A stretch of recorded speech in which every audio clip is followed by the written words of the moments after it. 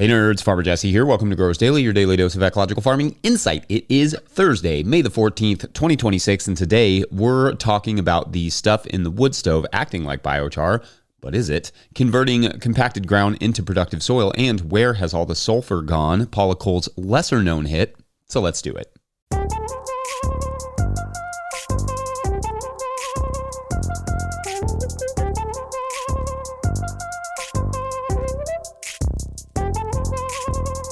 All right, happy Thursday, everyone. I hope you all are doing well and feeling ready for the season, whatever season you might be headed into. I know our southern hemi friends are, largely settling down for the winter, and I would say I was jealous, but I don't really love the winters here, so you all can take it off my hands for a little while. Got the peanuts and sweet corn in yesterday after the live in the morning, which I hope you all enjoyed. That was very fun, as usual, with some great questions, which again, as usual, always a fun time, and had it's always a fun challenge. Ever talked for an hour about nerdy farming stuff? It's intense. Anyway, today I've got to do some bed flipping in the garden because our late winter lettuce is done in the tunnel and looking, a little bit haggard.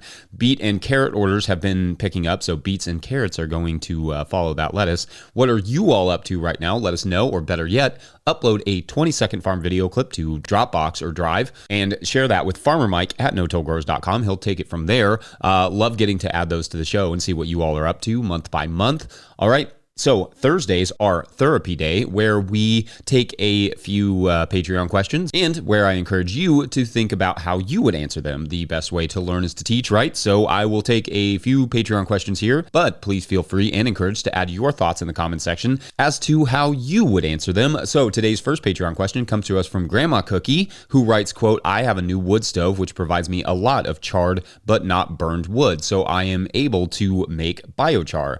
I have very productive warm bins, so I can easily charge my biochar. My question is how to put it into my garden and maintain a no-till garden.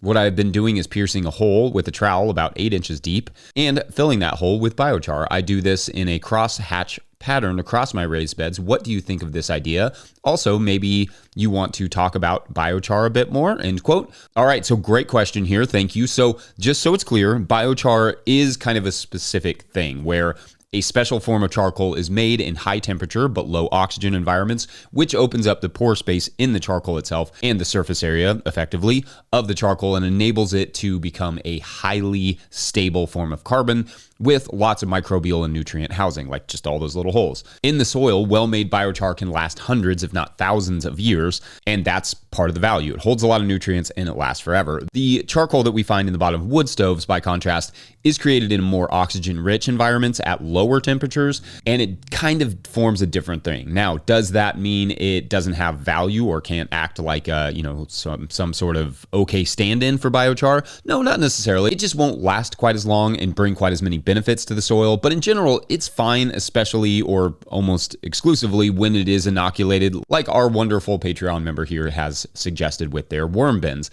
Just like biochar, you wouldn't really want to stuff it in raw into the soil because it would lock it up a bit, lock up the soil as it sort of absorbs microbes and nutrients. Now, to the question about getting it into the garden without tillage, that is always the challenge in no-till farming when it comes to getting any amendments into the garden. There are a few ways to do it, however. One is to do so at the beginning of the garden's life, obviously, when and if you do an initial till to kind of break up the soil and get it ready, or make your beds or whatever you have to do, or you cover it with compost. Putting the biochar on the surface beforehand, before you work it or before you cover it with compost, can be a great opportunity, but it sounds like the gardens are already established here. So after the establishment, the first place to do so is actually in the potting mix. You would mix in a handful of really well broken up inoculated biochar with the soil mix, and that way it gets into wherever you plant that plant. If you plan to seed something with a seeder, that can also be an opportunity either of putting some biochar into the seeder, like if it's really, really finely broken up, and literally seeding it into the ground like we do with some of our fertilizers, and you do that as deep as the seeder will allow, or sprinkle it on the surface before you run it over with the seeder, and that seeder can kind of just push the biochar in. You can also mix it with the crop that you're seeding. Like you can mix, if you're seeding, I don't know, carrots or something, you just sprinkle in a little of that biochar if it's small enough, and then it kind of seeds it at the same time, and maybe it breaks up your seeding a little bit. I don't know. That can be a little bit risky because if you don't use all the seed, then you have to pour it back into the bag and you have all this biochar mixed with your seed, so that complicates things. So in other words, I do generally recommend doing these things separately, but it is an option. Also, broad forking can aid in the injection of any sort of amendment into the soil, as we've talked about recently. If you want to, the easiest thing to do is if you have a helping hand around to just sprinkle it into the cracks as you create them with the broad fork, or you can sprinkle it on the surface yourself and then broad fork and let some of the biochar fall into the cracks, and then it works its way down. Now, it has to be pretty chopped up for any of the or all of that to work. If your method is working though, like your cross-section method, I don't see any problem with that necessarily, especially if it is inoculated. It is good and important to remember that avoiding tillage is less about never disturbing the soil at all. It's about breaking up soil aggregates. That's what you want to avoid, not exposing the soil, while also, keeping the soil covered and planted as much as possible.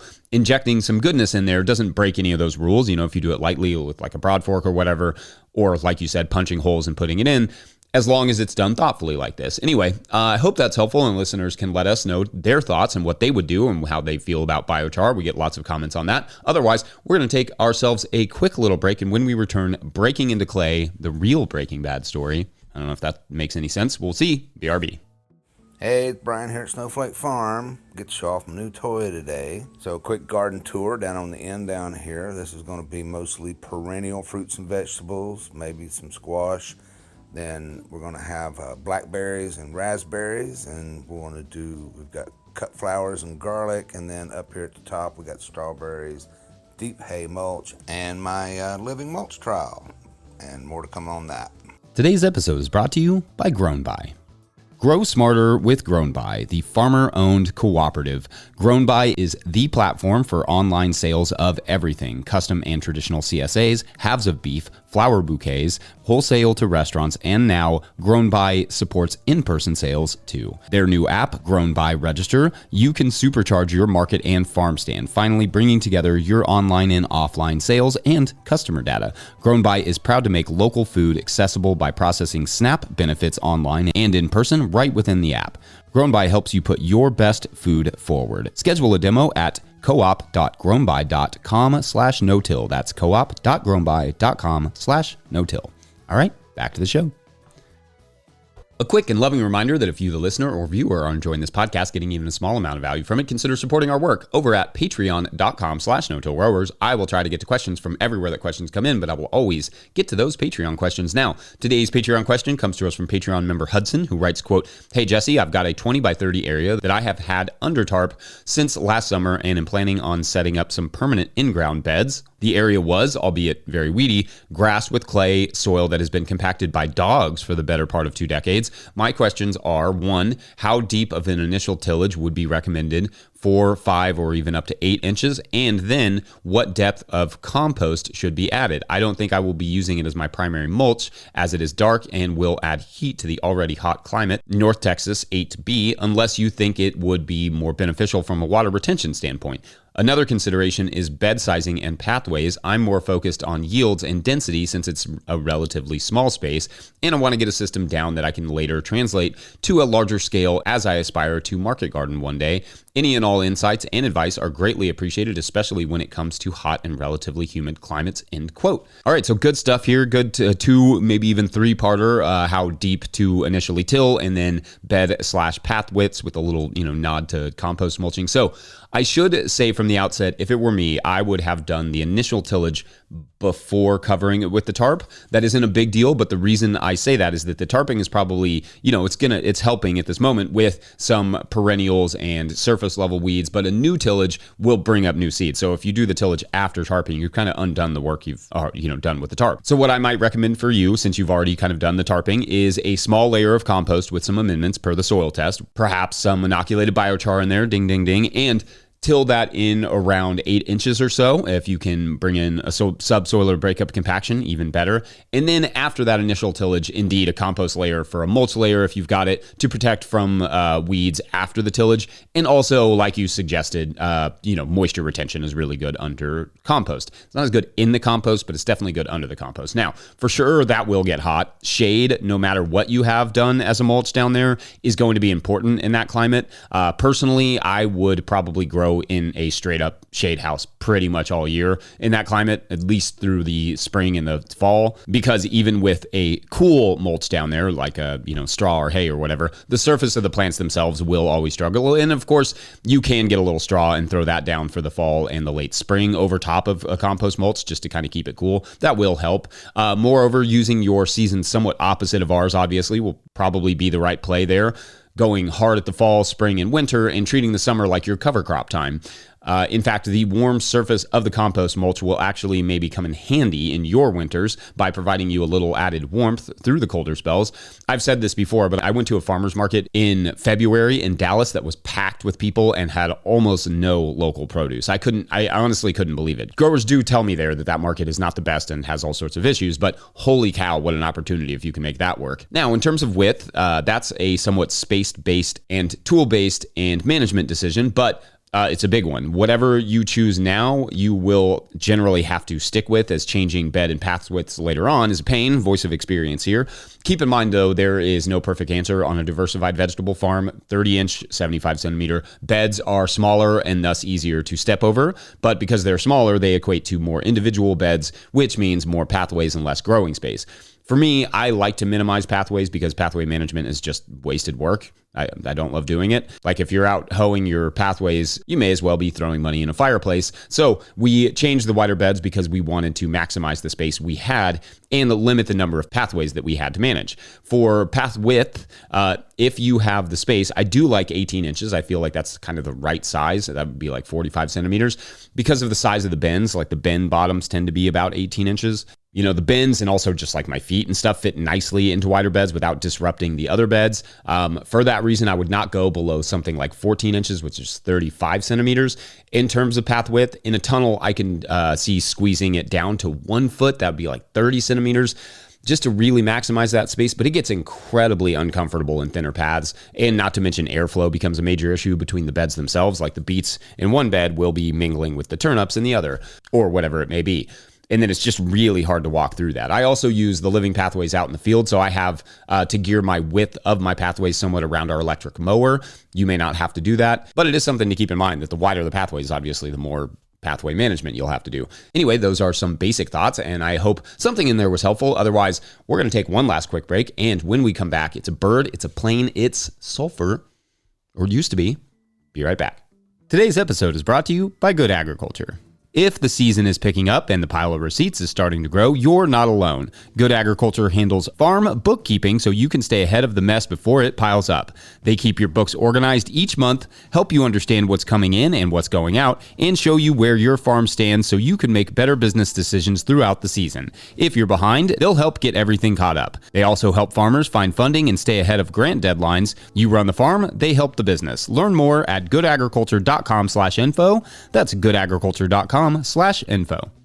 Today's episode is also brought to you by BCS America. If you're practicing no-till or low-till farming, you know that heavy equipment is often the enemy of your soil structure. That's where BCS two-wheeled tractors come in. Built for small farms, market gardens, and regenerative growers, BCS tractors give you the power to manage beds efficiently without unnecessary compaction. For the low and no-till grower, there are two attachments that change the game. The BCS Power Harrow stirs only the top inch or two of soil to incorporate soil amendments and create a perfect seedbed without soil inversion or pulling up weed seeds. And when it's time to terminate cover crops, that flail mower shreds organic matter into a beautiful, nutrient-rich mulch right on top of the bed. To find your local dealer and see the full lineup of attachments designed for the way you farm, head to bcsamerica.com. That's bcsamerica.com. All right, back to the show. All right, our third and final Patreon question du jour is an interesting one that comes to us from Patreon member Tom Welsh, who writes, quote, "Hello, Jesse. This is an interesting article revealing the loss of atmospheric sulfur since the Clean Air Act of 1970. It's a good thing." And we will link the article that Tom is referring to here in the show notes.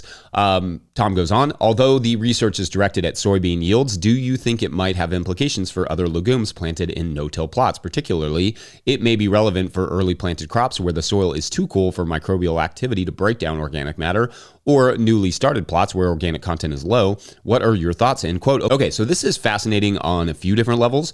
Never would you think that the acid rain issues we were trying to combat with the Clean Air Act of 1970 would have literally any negative impacts, but it turns out having cleared the excess sulfur spewing into the atmosphere means now we have to add a little sulfur to our soybean fields. But yes, that's mostly what the article is about, that soybean farmers are seeing better yields when adding sulfur, which isn't a super big surprise. The NPK fertilizing paradigm has always been a little absurd because one, there are, other macronutrients like sulfur and calcium that plants also need. And two, it ignores the value of micronutrients as well that play a vital role in plant production. Plus, of course, the pollution increases and the crop nutrient decreases that come along with chemical agriculture. But every farm I've been on where I've had my soil tested by a serious agronomy lab like Logan Labs or Ward Labs or whatever has recommended some amount of sulfur be applied, and not just for legumes. For legumes, it can help specifically in the nodulation and thus nitrogen fixation, so that does make sense.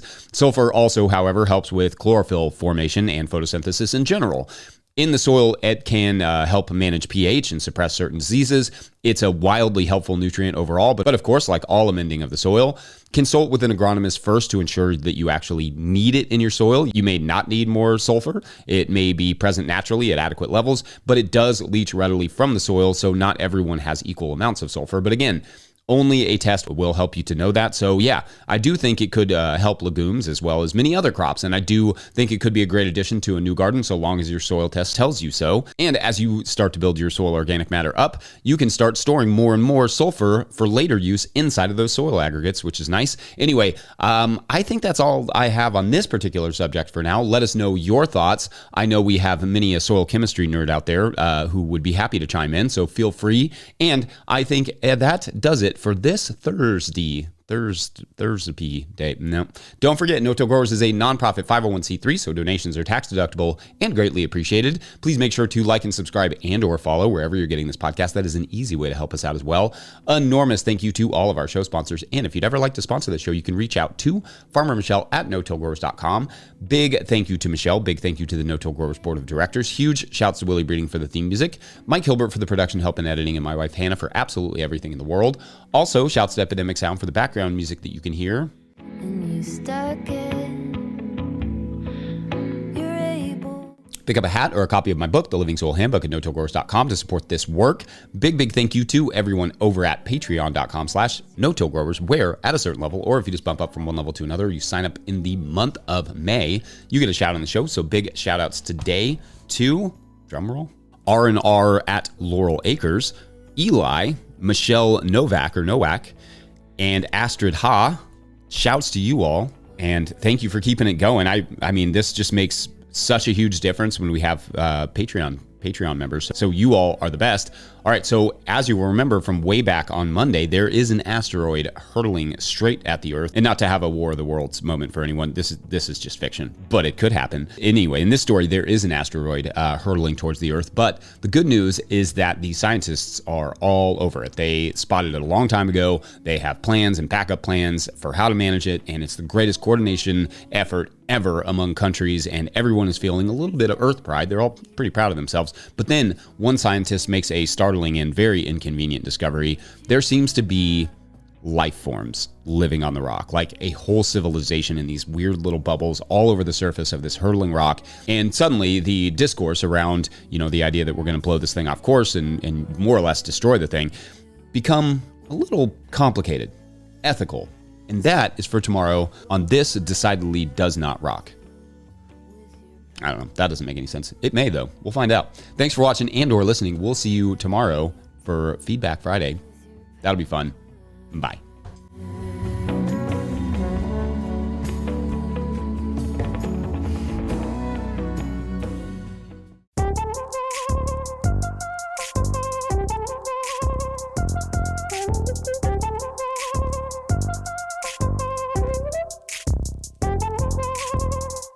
How did you get your website to look like that? Mine's so basic. Thanks. I just used Wix Harmony. Sounds fancy. What's that? It's Wix's AI website builder. You can just tell it what you want, and it builds you a whole site. So it's like vibe coding a website? Exactly, but even better, because you can still click and edit anything by hand. You don't have to use prompts for everything. Oh, that's neat. Yeah, try it for free at wix.com/harmony.